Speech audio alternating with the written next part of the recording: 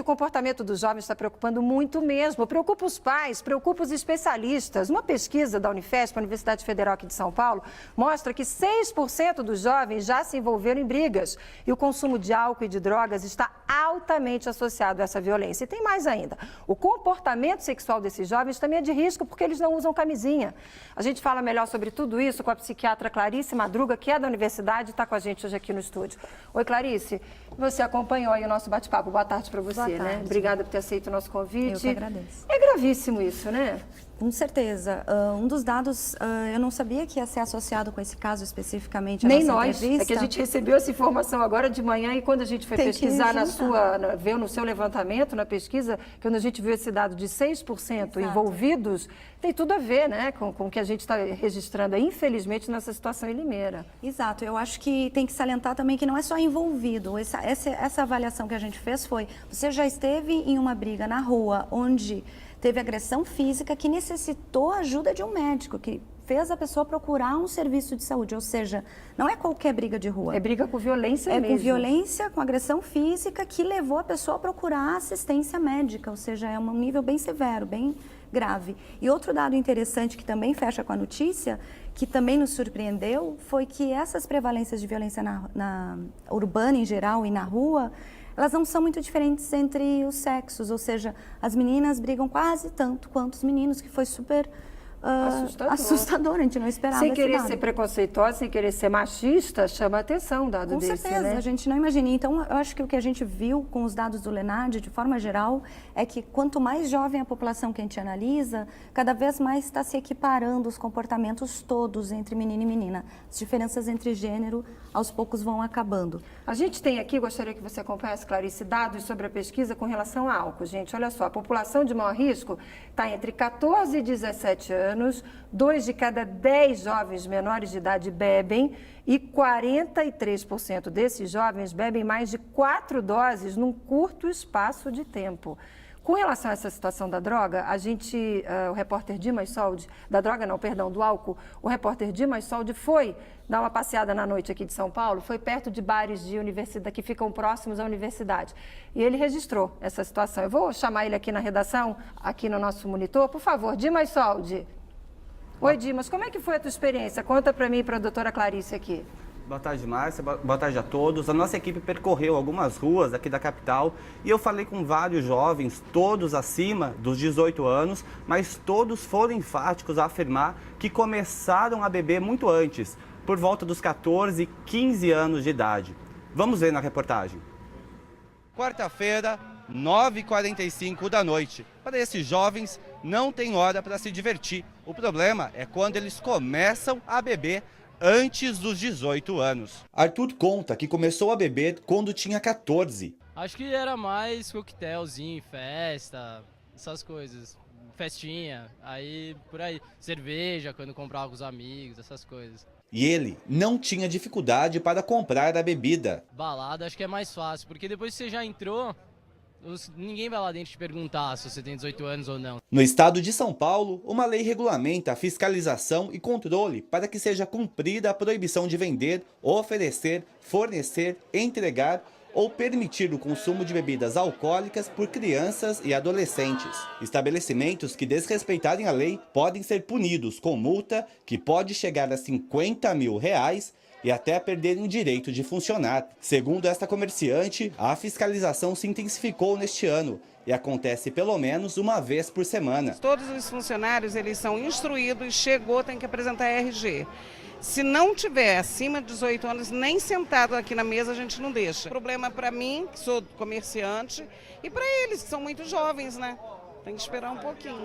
A lei é de 2011, mas ainda há estabelecimentos que não cumprem a determinação. Estas imagens, feitas pelo celular, mostram o momento em que um outro bar foi autuado pela fiscalização. E com relação a essa lei anti-álcool, até hoje foram realizadas mais de 500 mil inspeções e mais de 1.700 estabelecimentos foram autuados. E Clarice, a minha pergunta é a seguinte, apesar de toda essa lei restritiva, os jovens continuam ainda encontrando meios de comprar bebida. Onde está o problema? Fiscalização. né? O Brasil sempre tem esse problema. Nós temos leis que cobrem praticamente todos os grandes aspectos, só que a gente não tem fiscalização, a gente não tem a penalização acontecendo de fato. Bom, a gente acompanhou, ele acompanhou e gravou essas imagens, gente. É importante dizer que a gente gravou com o celular, porque o repórter se sentiu intimidado.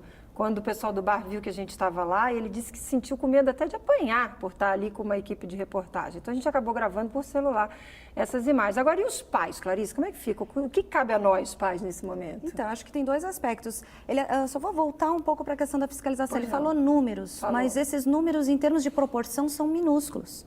Só porque tem 1000 estabelecimentos sendo autuados, isso não quer dizer nada. Na prática não significa nada. Em proporção a todos os outros que não estão sendo fiscalizados, é nada. E outro aspecto a ser levantado é, o Estado de São Paulo já é exceção nisso. Né? A gente tem dados do Brasil todo no Lenad, e São Paulo é um dos poucos onde os jovens que bebem dizem que não é tão fácil assim conseguir. Chega a 80%, 90% entre os menores de idade dizendo que é fácil conseguir comprar bebida alcoólica. Em São Paulo teve essa mudança e essa mudança causou algum impacto. Em tudo que a gente analisa de dados sobre isso, a gente vê que onde tem qualquer tipo de iniciativa, qualquer tipo de atenção na mídia, isso que está acontecendo aqui, que vocês estão fazendo, que é muito interessante, que causa um impacto indireto. Né? E quando isso acontece, tem um resultado positivo, só que as pessoas banalizam, e daí entra a questão dos pais. Os pais bebem em casa e não querem que o filho beba na rua. Então, existe uma banalização generalizada, o álcool está na nossa cultura, ele não é considerado droga. Você mesmo acabou de falar, droga não, álcool. Álcool é uma droga, só que é uma droga legal.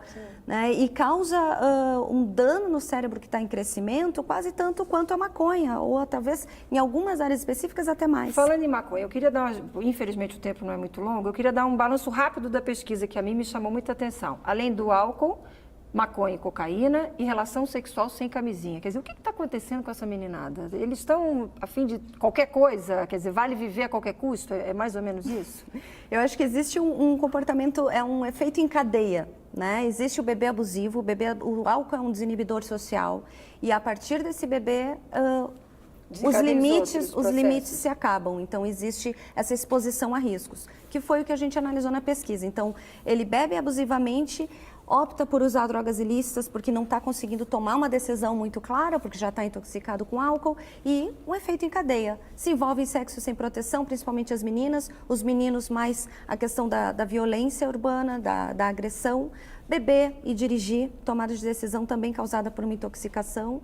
E, finalmente, o que a gente viu que foi o mais, eu acho que assusta em termos de saúde pública, gravidez precoce, porque daí essa exposição a comportamento sexual não ponderado, sem proteção, vai gerar uma gravidez precoce. Então, a gente tem quase 2 a cada 10 meninas até 20 anos, que a OMS, a Organização Mundial da Saúde, considera precoce a gravidez, já tendo engravidado. E a gente sabe que a gente tem um problemão aí de saúde pública, onde essas meninas não têm o amparo que deveriam ter.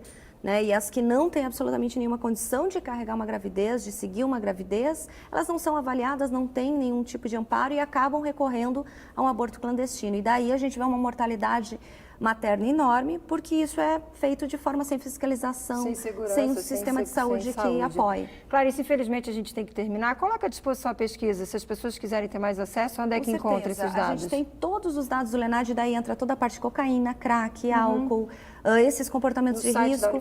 No site do INPAD, que é o Instituto Nacional de Políticas. Qual que é o site? É www.impad, de Instituto de Pesquisas de Álcool e Drogas, com demudo, .org.br/Lenad.